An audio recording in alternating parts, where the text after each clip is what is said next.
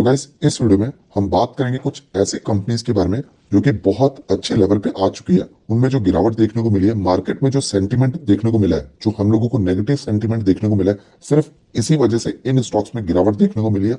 Otherwise company का जो business है वो बहुत अच्छा है। अगर आप इन कंपनी के शेयर होल्डर हैं तो मुझे ऐसा लगता है आप लोगों को इन कंपनी में बने रहना चाहिए।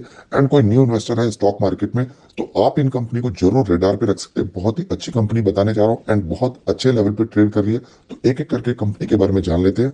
तो सबसे पहले मैं बात करूंगा हैप्पीएस्ट माइंड के बारे में, जो कि 835 पे ट्रेड कर रहा है। और इसको लेके किसी ने कमेंट किया था कि ये स्टॉक कुछ रिटर्न बना के नहीं दे रहा है। तो अगर आप लोगों ने रिसेंटली एक साल हुआ है अगर आप लोगों को, तो आप लोगों को किसी भी कंपनी से रिटर्न नहीं मिलेगा। 25% तक की गिरावट देखने को मिल रही है। लेकिन जो इसके पुराने शेयर होल्डर्स हैं उनको अच्छा खासा रिटर्न देखने को मिल रहा है। 132% का रिटर्न देखने को मिल रहा है 2020 से। यह स्टॉक बहुत कम टाइम में बहुत ज्यादा रिटर्न बना के दिया था। अगर आप देखेंगे तो लगभग 300% का रिटर्न देखने को मिल रहा है 20 से लेके अगस्त तक। एंड उसके बाद इस स्टॉक में गिरावट देखने को मिली है। लगभग 44% तक ये स्टॉक करेक्ट हो चुका है। अगर मैं इसकी 52 वीक लो की बात करूं तो 785 पे स्टॉक किया था, अभी लगभग ये 835 पे ट्रेड कर रहा है। अगर ये स्टॉक 800 के लेवल को ब्रेक करता है तो आप लोग इस स्टॉक में एंटर कर सकते हो। एक बहुत ही अच्छी कंपनी है। कंपनी का जो मैनेजमेंट है, अशोक सूता, वो बहुत ही स्ट्रांग पर्सन है। उनको एक्सपीरियंस मालूम है कि मैनेजमेंट कैसे चलानी है, बिजनेस कैसे रन करना है। आईटी फील्ड में उनके पास काफी अच्छा एक्सपीरियंस है। माइंडट्री, विप्रो जैसी बड़ी बड़ी कंपनीज में उन्होंने काम किया एंड फाइनली उन्होंने उस कंपनी को छोड़ा है एंड उसके बाद अपनी कंपनी उन्होंने बनाई है। तो हैप्पीएस्ट माइंड एक एक्सपीरियंस पर्सन की कंपनी है एंड इसमें जो एम्प्लॉय है वो भी एक वेल एजुकेटेड बंदे काम कर रहे हैं। तो जो अपकमिंग जो आईटी की बात करूं मैं, जैसे एजुकेशन सेक्टर हो गया, आपका एआई सेक्टर हो गया, ब्लॉकचेन हो गया, इस तरीके के जो रोबोट से रिलेटेड आपका आईटी वाला काम हो गया, तो ये जो अपकमिंग जो लेटेस्ट टेक्नोलॉजी है उसके ऊपर ये कंपनी काम करती है। एंड मुझे लगता है कि ऐसी कंपनी का फ्यूचर डेफिनेटली बना रहेगा और इसमें गिरावट होने के चांसेस बहुत कम है। अपने लगभग अच्छे खासे बाइंग जोन में ही स्टॉक ट्रेड कर रहा है, तो आप लोग जरूर इस कंपनी को यहाँ पे रेडार पे रख सकते हैं। देन उसके बाद नेक्स्ट कंपनी की बात करेंगे फाइन ऑर्गेनिक, जो कि गिरते गिरते बहुत ही अच्छे लेवल पे चला गया। 4800 का लेवल अगर ये ब्रेक करता है तो इसमें आप एंट्री कर सकते हो, पहली चीज। दूसरी चीज, अगर आप लोग स्टॉक मार्केट में रिसेंटली आए हो तो आप लोगों को इस स्टॉक से लॉस हो रहा होगा, 16% का नुकसान हो रहा होगा। इवन अगर आपको एक साल भी हुआ होगा तो आपको ज्यादा रिटर्न नहीं, लगभग 8% का रिटर्न मिल रहा होगा। लेकिन वहीं अगर आप लोग पुराने शेयर होल्डर से पूछेंगे तो वो कहेंगे कि हम लोगों को इसके अच्छे खासे रिटर्न देखने को मिल रहे हैं। 500% का रिटर्न कंपनी ने दिया अपने पुराने शेयर होल्डर को। तो कंपनी बहुत ही यूनिक है। बहुत अच्छे केमिकल कंपनी के केमिकल ये बनाती है, ओलियो केमिकल से रिलेटेड इसका बिजनेस है। एंड इसके जो क्लाइंट है बहुत सुपर क्लाइंट है, वर्ल्ड लेवल क्लाइंट है, वर्ल्ड क्लास क्लाइंट देखने को मिलते हैं। उनके product all over the world sale होते हैं, जैसे कि कैडबरी हो गया, आपका कोको कोला हो गया, फिर लायंस के प्रोडक्ट हो गए। इसके अलावा बाकी ऐसे काफी सारे कंपनीज हैं जो कि फूड एडिटिव्स की रिक्वायरमेंट रखते हैं। फिर उसके अलावा बाकी तो डिफरेंट आप कह सकते हो, ब्रेड से रिलेटेड कुछ कंपनी जैसे कि ब्रिटानिया इसकी क्लाइंट है, क्योंकि ब्रेड में भी एडिटिव्स का यूज किया जाता है। तो डिफरेंट, फिर पॉलीमर की भी अगर बात करें आप, जो कि प्लास्टिक वगैरह में यूज किया जाता है, उससे रिलेटेड भी इसके केमिकल जाते हैं। तो विदाउट एडिटिव्स किसी भी प्रोडक्ट को आप फिनिश नहीं कर सकते। एंड उसमें इसका बहुत ही फाइन एडिटिव्स ये बनाती है एंड ओलियो केमिकल से रिलेटेड इसका बिजनेस है। तो मुझे लगता है आराम से इसको as a long term investment के लिए आप जरूर रेडार पे रख सकते हैं। 4800 के लेवल पे एंट्री कर सकते हैं। मैनेजमेंट बहुत स्ट्रांग है। 75% स्टेक जो है वो मैनेजमेंट के पास है। कोई डायलूट करने का कोई प्लान नहीं है, अभी तक तो देखने को नहीं मिला एंड मुझे नहीं लगता आगे भी देखने को मिलेगा। हर क्वार्टर कंपनी के नंबर बहुत अच्छे देखने को मिले एंड बहुत अच्छे बाइंग जोन में स्टॉक अभी ट्रेड कर रहा है। डिस्काउंट की बात करूं तो 30% डिस्काउंट पे अभी स्टॉक जो है ट्रेड करता हुआ देखने को मिल रहा है। देन उसके बाद नेक्स्ट कंपनी की बात करूंगा सीडीएसएल। बहुत ही अच्छे बाइंग जोन में ये भी स्टॉक चला गया। अगर आप देखेंगे तो 52 वीक लो इसका जो था वो 999 था और ये स्टॉक उसी के दायरे में आ चुका है वापस। 52 वीक लो के पास ट्रेड कर रहा है बिकॉज कंपनी के जो नंबर्स आए थे Q3 के, वो अर्निंग्स अच्छे नहीं आए, मार्केट को पसंद नहीं आए, इन्वेस्टर्स को पसंद नहीं आए और ऑब्वियसली बात है अच्छे नंबर भी नहीं थे एंड इसी वजह से स्टॉक में गिरावट देखने को मिली है। लेकिन हम लोगों का अगर लॉन्ग टर्म सोच है, अगर हम लॉन्ग टर्म विजन के साथ, लॉन्ग टर्म पर्सपेक्टिव के साथ अगर हम आगे चलते हैं तो हम लोगों को इस कंपनी में जरूर बने रहना चाहिए। उसके पीछे रीजन ये कि देखिए, डीमैट अकाउंट की अगर मैं बात करूं तो गाइस अभी जो हमारे इंडिया की जो जनरेशन है वो अभी जाके स्टॉक मार्केट में 1 साल 2 साल अभी रिसेंटली स्टार्ट हुई है। और पता है बेसिकली हुई कि जब कोविड में मार्केट गिरा था तब तो सब एग्जिट कर गए थे, तब तो किसी को नहीं मालूम था। जब हमारा 21 जब स्टार्ट हुआ है, जैन 21 की मैं बात करूं, उसके बाद मार्केट में एक रैली स्टार्ट हुई है कि बुल रन की तरफ मार्केट चला है। कब से? जैन से लेके अगर आप देखें कोविड 19 के बाद से, लेकिन जनवरी से लेके 21 से लेके आप 21 से लेके जैन 21 से लेके अक्टूबर तक हमारे मार्केट में बहुत तेजी से रैली देखने को मिली है।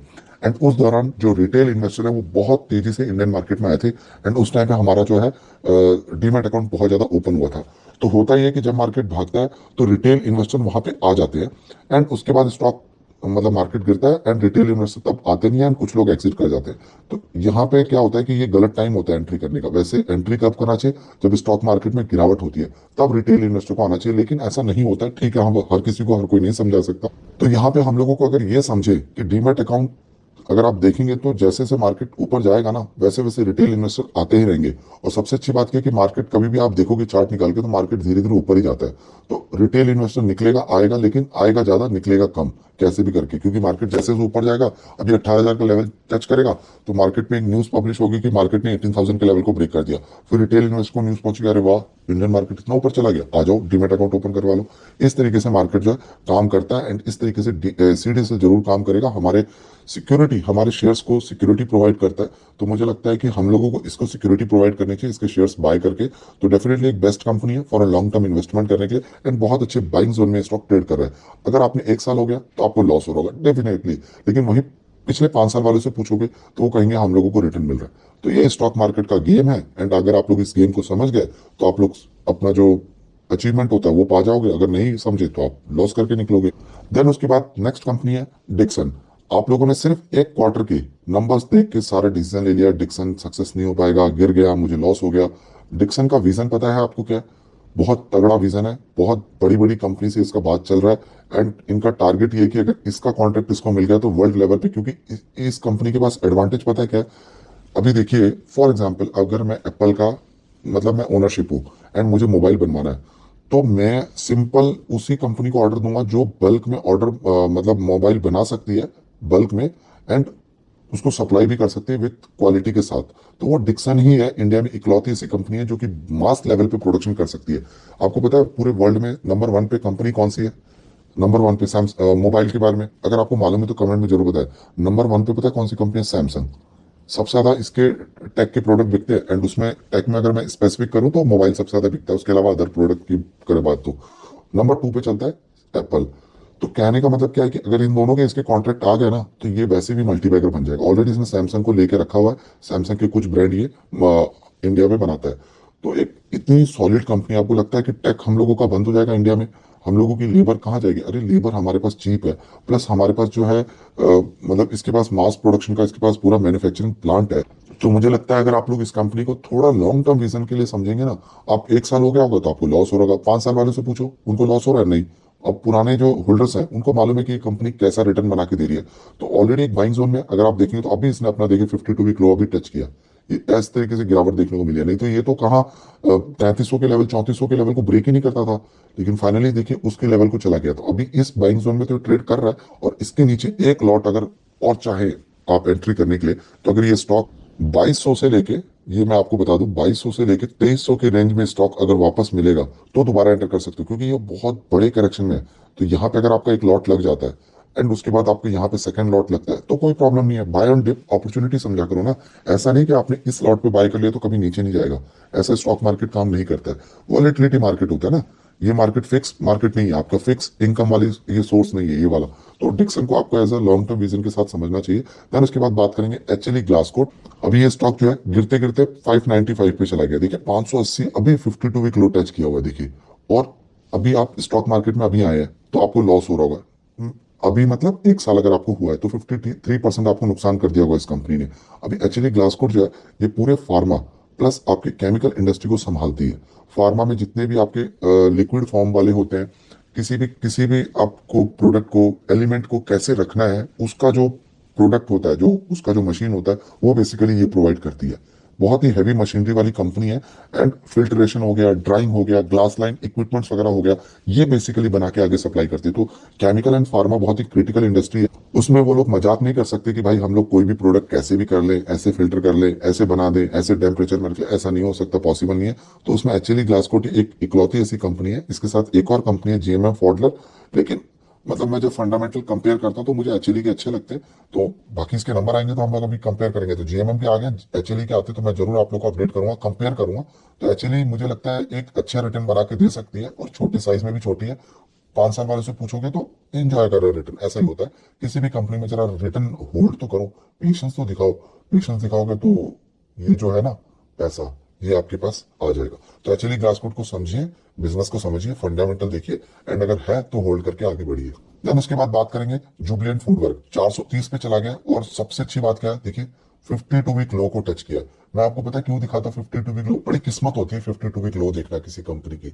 अब ये कंपनी आपको लगता है कि Q3 के नंबर अच्छे नहीं आए तो बड़ी बेकार कंपनी है, क्योंकि मैंने तो आज तक इसका डोमिनोज का पिज्जा नहीं खाया, तो मेरे लिए तो बहुत बेकार हुई। अरे भाई, आप डोमिनोज नहीं खा रहे हो, मार्केट में जाके कभी व्यू मार्केट रिसर्च करो कि मार्केट में चल क्या रहा है, जिसको मार्केट विजिट बोलते हैं। मार्केट विजिट क्या है, प्रैक्टिकली अगर हमारे पैसे लगे, हमें जाके कंपनी वेरीफाई नहीं करनी है, हमने प्रोडक्ट वेरीफाई कर लेना है कि मार्केट में किस तरीके से चल रहा है।